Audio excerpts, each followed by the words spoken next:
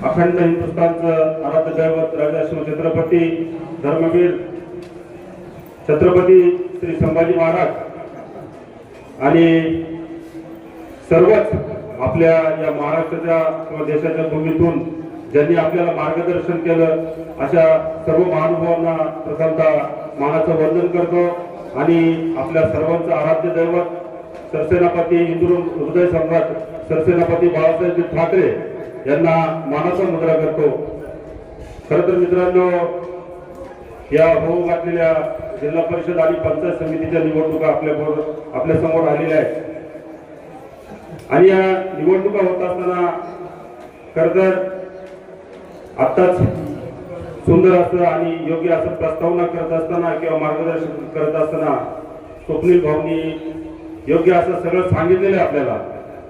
मला फक्त एवढंच सांगायचं आहे मित्रांनो, ज्यावेळेस उमेदवार देत असताना आदरणीय आपल्या सर्वांचे मार्गदर्शक आपल्या जुन्नर तालुक्याचं किल्ले शिवनेरी शिवजन्मभूमी असं नाव संपूर्ण महाराष्ट्रामध्ये ज्यांनी पोहोचवलं ते आपल्या सर्वांचे मार्गदर्शक आदरणीय शरददादा सोनवणे। अगदी अभ्यास करून सगळे उमेदवार दिलेले आहेत। उमेदवारांकडचा पैसा किंवा बाकीच्या गोष्टी न पाहता ते किती सुशिक्षित आहेत, ते किती समाजाची सेवा करतील, या सर्व गोष्टींचा आढावा घेऊन शरददादांनी खरं तर आपल्या समोर आज या ठिकाणी MA BEd शिक्षण असलेल्या आपल्या जिल्हा परिषद गटाच्या अधिकृत उमेदवार सौ सिंधुताई कार्य असतील किंवा DEd पर्यंत शिक्षण घेऊन ज्या रेश्माताई या डिंगोरगावातून अधिकृत उमेदवार पंचायत समितीसाठी असतील किंवा तशाच पद्धतीच्या उच्च शिक्षित सौ अनिताताई मुलाजी शिंगाडे या उदापूर गणातून या ठिकाणी अधिकृत उमेदवार आहेत। आता विषय राहिला फक्त बऱ्याच लोकांना डिंगोरची शंका आहे, मला त्याच्यावरच बोलायचं, बाकी काय बोलायचं नाही। डिंगोर आणि तुम्हाला एक सांगतो, जिथं विषय गंभीर तिथं आम्ही डिंगोरकर खंबीर आणि येत्या 7 तारखेला तुम्हाला हे दाखवून देऊ का आम्ही हातून किती डिंगोर पकडलंय। मित्रांनो, असं बोलून चालत नाही, तर आम्ही करून दाखवणारी माणसं आहेत। हे काय करतात, ते मतदारांना विकत घ्यायचं पाहतात, त्यांच्यावर दबाव आणायचं पाहतात आणि स्थानिक उमेदवार बाबांनो माझ्या अस्तित्वाची लढाई आहे, आता जणू काही मराठी भीती वाटायला अशा पद्धतीचा हवाफोव करून सगळ्यांच्या पाया पडतात। शिवसैनिकांना फोन करायचे, अरे बाबा तुला मी कधी असं बोललो होतो का, गळ्यात हात घालायचं, बाबा ऐक ना, आता वो दिन हवा हुए जब पसीना गुलाब का अब तो सालों बातों से भी खुशबू आती है आणि शिवसैनिक हे दाखवल्याशिवाय राहणार नाही। इंदोरकरांच्या वतीने मी तुम्हाला ठामपणे सांगतो, कुठली शंका मनात बाळगू नका।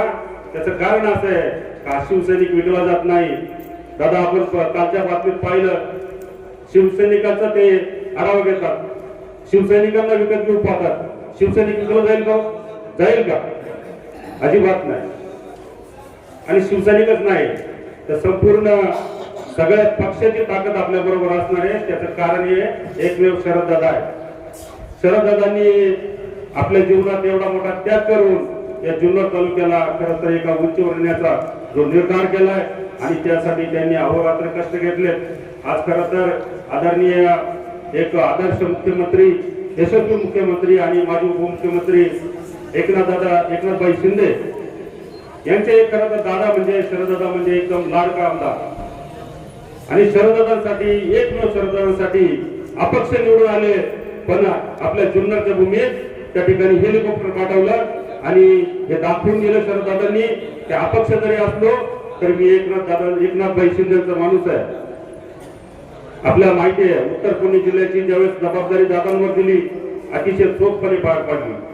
असं मित्रांनो मला फक्त एवढंच सांगायचंय, येणाऱ्या भविष्य काळात आपल्याला दादांचे हात बळकट करायचे, म्हणजे आजपर्यंत या 75 वर्ष झाली आपल्या जुन्नर तालुक्याला मंत्रिपद आलं का, आणि जो इतिहास आजपर्यंत नाही घडला तो शरददादांच्या माध्यमातून घडणार आहे आणि त्यांना आपण मंत्रिपद त्यांच्या खात्यावर बघणार आहोत, नांदेड आपल्या जुन्नर तालुक्यात बघणार आहोत। असो अधिकचं काय बोलणार नाही. मंचावर अधिक सर्वजण उपस्थित आहेत, सर्वजण बोलणार आहेत.